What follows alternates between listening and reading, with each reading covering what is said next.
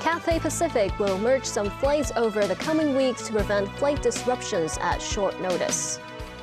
And more than 170 Boeing 737 MAX 9 jetliners grounded worldwide in the wake of Friday's Alaska Airlines incident.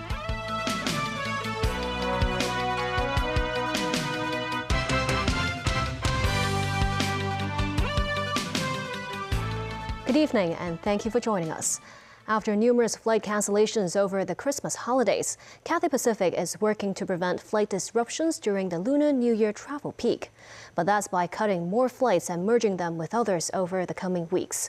Affected passengers have to switch flights or apply for a refund. Over the Christmas holiday, Cathay Pacific came under fire for having cancelled upwards of 20 flights in one day. With just a month away from another peak travel season, the Chinese New Year holiday, the city's flagship carrier says it's learned the lesson. Cathay will consolidate an average of 6 pairs of flights a day from the remainder of this month through February, mainly on busier routes. Such consolidation means some flights would be cancelled over the coming weeks. It's understood affected routes encompass destinations in the mainland and Southeast Asia, including Beijing, Shanghai, Taipei, Singapore, and Bangkok, as well as mid to long-haul flights with relatively low passenger loads, including Bangladesh and Dubai, UAE. Ms. Wang, who has planned to fly to Singapore with Cathay today, said she only received a notice from CX last night that her flight was cancelled and she had to rebook another flight. She said she might consider choosing other airlines if cancellations get more frequent. It's understood the latest raft of flights are cancelled to make sure enough staff can report to duty during the Lunar New Year travel peak. This as pilots can't work if their cumulative flight hours exceed the 100-hour limit. Cathay has also rostered more standby pilots. But the Hong Kong Aircrew Officers Association said these new measures might not be effective because some flights still have to be called off. The association said the crux of the problem remains Cathay's manpower crunch, exacerbated by the airline's overly ambitious goal to reach 70% of the pre-pandemic flight capacity. When you're very short of staff and you set yourself these ambitious targets, it's the sort of thing that happens. Any small disruption has a knock-on effect, and there's no real resilience in the system. There's no real ability for the system to absorb these changes. They knock on, and they end up cancelling more than just one flight. They end up having to cancel a series of flights. The Aircrew Association said to ensure stable flight operations over the long term, Cathay has to improve its existing remuneration to retain and hire more staff. Financial Secretary Paul Chan struck a tone of confidence today in the city's efforts to ensure robust public finances. This as Hong Kong recorded an estimated budget deficit of around $140 billion in fiscal year 2022-23. To boost government income, Chan said there could be reviews over users' paid public services and other fees that have not been adjusted for a long time. Public consultation underway for the upcoming budget proposals, which are poised to be unveiled next month. In his latest blog post, Financial Secretary Paul Chan said the public believe there should be a balanced budget, but also a need to seize the opportunities to promote economic growth and development, as well as further improving people's livelihoods. He said the government had devoted a lot of resources on anti-pandemic efforts over the past few years, and now is the time to enter a period of expenditure consolidation. While expressing determination towards achieving fiscal balances, Chan admitted the process should be realistic and done at the right pace with ample communication with the public. The city's most vulnerable should continue to have access to basic public services and sufficient support. But as Hong Kong is focusing on growing the economy, wooing businesses and trawling talent, he said generating government revenue should not affect the city's momentum of recovery. And it's essential that Hong Kong maintains its advantages of a simple and low-tax regime. The finance chief revealed possible targets to boost government income. They include certain public service fees that have not been adjusted for a long time, and some services provided under the user pays principle, which are falling short of their costs. The finance chief said in the long run, the key is to make the cake bigger in the city's push for robust economic growth. More than 190 Boeing 737 MAX 9 jetliners remain grounded worldwide after part of the fuselage of an Alaska Airlines plane fell off mid-air over America. No one was seriously injured. Investigations continue into what happened to the jet that had to make an emergency landing in Portland. David Garrett has more. A hole on the left side of Alaska Airlines Flight 1282. Passengers remained calm as the service from Portland to Ontario, California was forced to turn back. Part of the fuselage, including a window, blew out when the plane reached 16,000 feet, only 10 minutes after takeoff. A terrifying moment for those inside. I'm sleeping and I just feel the plane drop, and it wasn't like any other turbulence just because the masks had came down too. So that's when I knew, like, oh gosh, this is something way different. And yeah, I started freaking out. It shows you how structurally strong those planes are. You could blow a hole like that because the hole was about as wide as a refrigerator and about 2/3 as high when I finally got to see it later. We just heard like a loud bang or like a boom, and I look up and the air masks are like out, popped down, and I look to my left and there's just this huge like gaping hole. Everything went swell. Like I said, the cabin crew did an excellent job. Pilot did a great job. Can't say anything bad about them at all. Fortunately, no one was sitting near the window that blew out. Those empty seats were damaged. Clothing and phones were sucked out as the cabin depressurized. No one was injured, with all passengers and crew seated because the plane was ascending and the seatbelt signs were on. The National Transportation Safety Board knows this could have been much worse. Fortunately, they were not at cruise altitude of 30,000 or 35,000 feet. Think about what happens when you're in cruise. Everybody's up and walking. Folks don't have seatbelts on. They're going to restrooms. The flight attendants are providing service to passengers. We could have ended up with something so much more tragic, and we're really fortunate that that did not occur here. Manufacturer Boeing is supporting the investigation with nearly 200 of its planes grounded. The search is on for the missing part of the aircraft to aid investigators. It is believed to be somewhere west of Portland. I think it is of note that the aircraft was a very new aircraft, only produced and entered service a couple of months ago in November 2023. Of course, we would not expect to see such an event on any aircraft, no matter what age in service, with a good maintenance regime. Alaska Airlines cancelled 15% of its flights. There was disruption at several airports with thousands of travellers inconvenienced. Alaska Airlines CEO said in a statement that safety checks could take a few days. He went on to write that his heart goes out to those on board and he was sorry for what they had experienced. David Garrett, TVB News. Israel and Lebanon-based Hezbollah stepped up attacks against each other amid diplomatic efforts to prevent conflict in Gaza from spreading regionally. U.S. Secretary of State Antony Blinken and EU Foreign Policy Chief Joseph Borrell are in the Middle East, trying to cool down tensions with Hezbollah, Yemen's Houthi group, Iran and Iraqi militias threatening to escalate matters.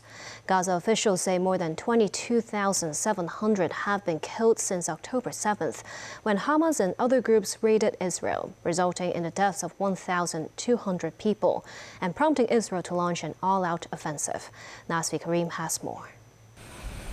U.S. Secretary of State Antony Blinken in Jordan and European Union Foreign Policy Chief Joseph Borrell in Beirut, both in the Middle East on a frantic diplomatic quest to prevent the Israel-Hamas conflict from escalating into a wider regional war. This as Israel and Lebanon's Hezbollah group on Saturday engaged in one of the heaviest days of cross-border fighting since October 7th. The assassination last Tuesday of Hamas Deputy Political Chief Saleh al-Aruri in Beirut has inflamed tensions, with Hezbollah and Hamas vowing revenge. Blinken arrived in Jordan on Sunday as part of a 9-stop trip, having visited Turkey and Greece, and saying Ankara can play a positive role as a regional influencer. Turkey, we also focused extensively on what Turkey can do, using its influence, using its ties, to help prevent the conflict in the Middle East from spreading. And we also talked about the role that Turkey can play, both in the day after for Gaza, in terms of the challenging questions of governance, Palestinian-led governance, security, rebuilding, as well as the work that it can do with others to try to produce more lasting, durable peace and security in the region. Amid the diplomatic efforts, Israel said it had struck targets inside southern Lebanon, while Hezbollah fired rockets into northern Israel. Hezbollah said 2 of its fighters were killed, taking the group's death toll since October 7 to 150. Borrell wants to launch a European Arab initiative to revive a process leading to a 2-state solution. is the time to make our idea of two-state solution a reality. Otherwise, the cycle of violence will continue, generation after generation, funerals after funerals, because you cannot kill an idea.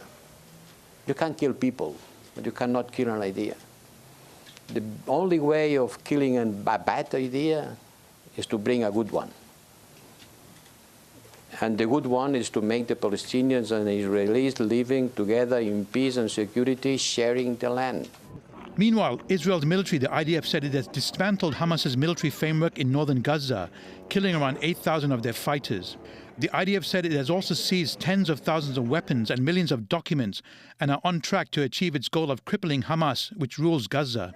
Gaza health authorities say 122 people were killed in the previous 24 hours. 12 died in a strike in central Gaza, while the Palestinian Red Crescent reported heavy shelling near the Al-Amal hospital in the southern region of Khan Yunis. Nazri Karim, TVB News. U.S. President Joe Biden will give his annual State of the Union address on March 7th.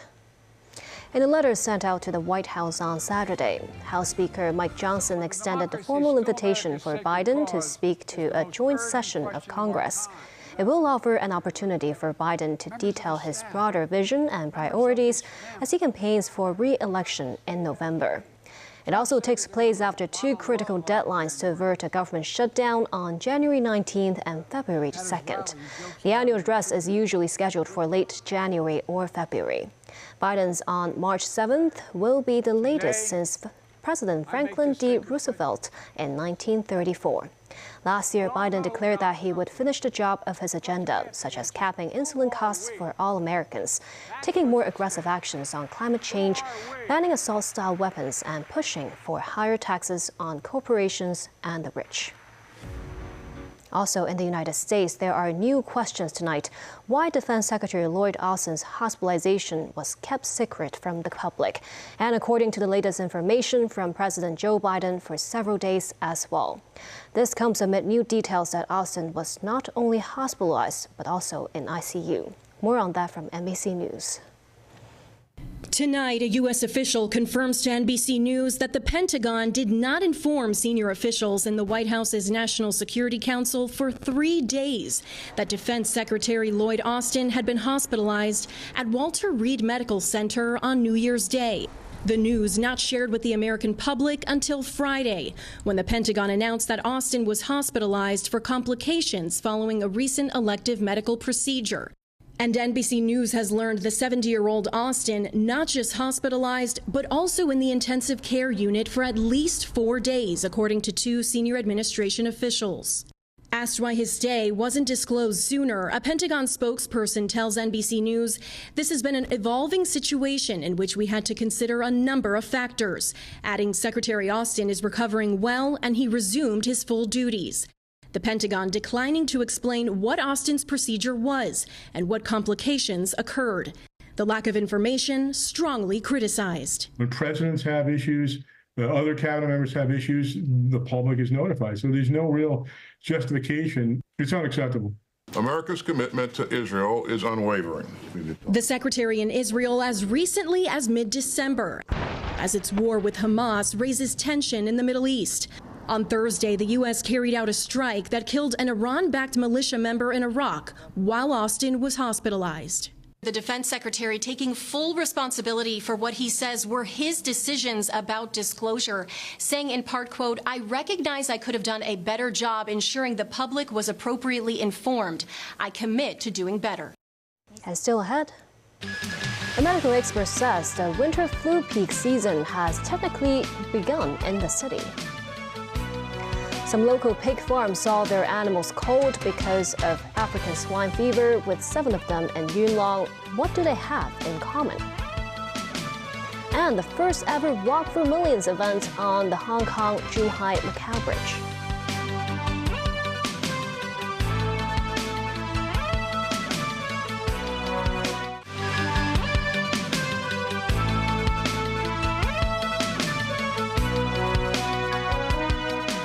Welcome back.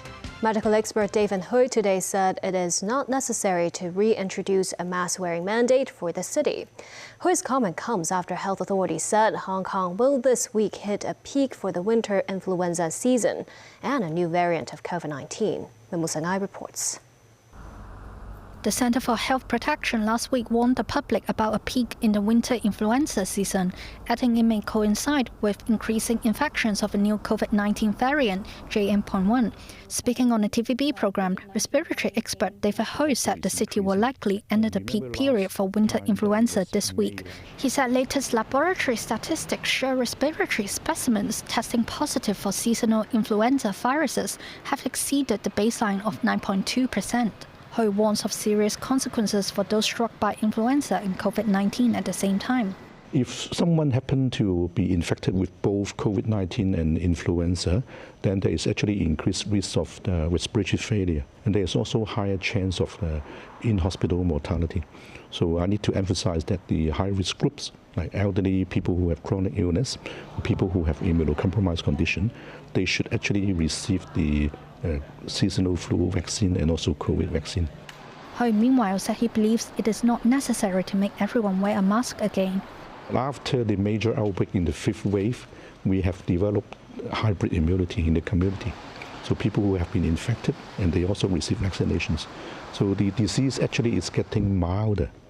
So instead of reintroducing the masking mandate, I would actually encourage the high-risk populations to protect themselves by wearing a mask and pay attention to hand hygiene when they go to crowded areas. While the new COVID-19 variant, JN.1, is more transmissible, its severity has not increased. Hui said people inoculated against XBB should not panic about JN.1 because the vaccines can produce antibodies and neutralize the variant. Mims 9, TVB News. The Hong Kong Livestock Industry Association says African swine fever has not affected the supply and price of locally produced pork. Between November last year and this month, about 14,000 pigs were culled in the city after African swine fever was found on 8 local pig farms, 7 in Yuen Long and 1 in Sheung Shui. This is an animal carcass collection point near an affected pig farm in Lau Fau Shan in the Yuen Long district. Some pig farm owners say pig carcasses are dumped at collection points after being wrapped in plastic bags. All 7 affected pig farms in Yuen Long share something in common. They are all located along the same pig carcass location route. Chairman of the city's Livestock Industry Association, Chang Chung-ping, said the spread of the African swine fever virus could have been caused by farm workers' insufficient sanitation of their shoes or clothing. Chief Executive John Lee today attended a special walk on the Hong Kong-Zhuhai-Macau Bridge to celebrate the 55th anniversary of the community chest.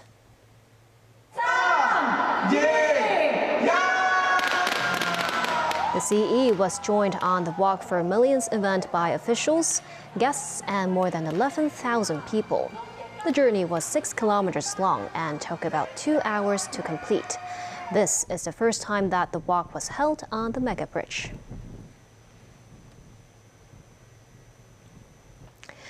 And that's the news. Thank you for watching.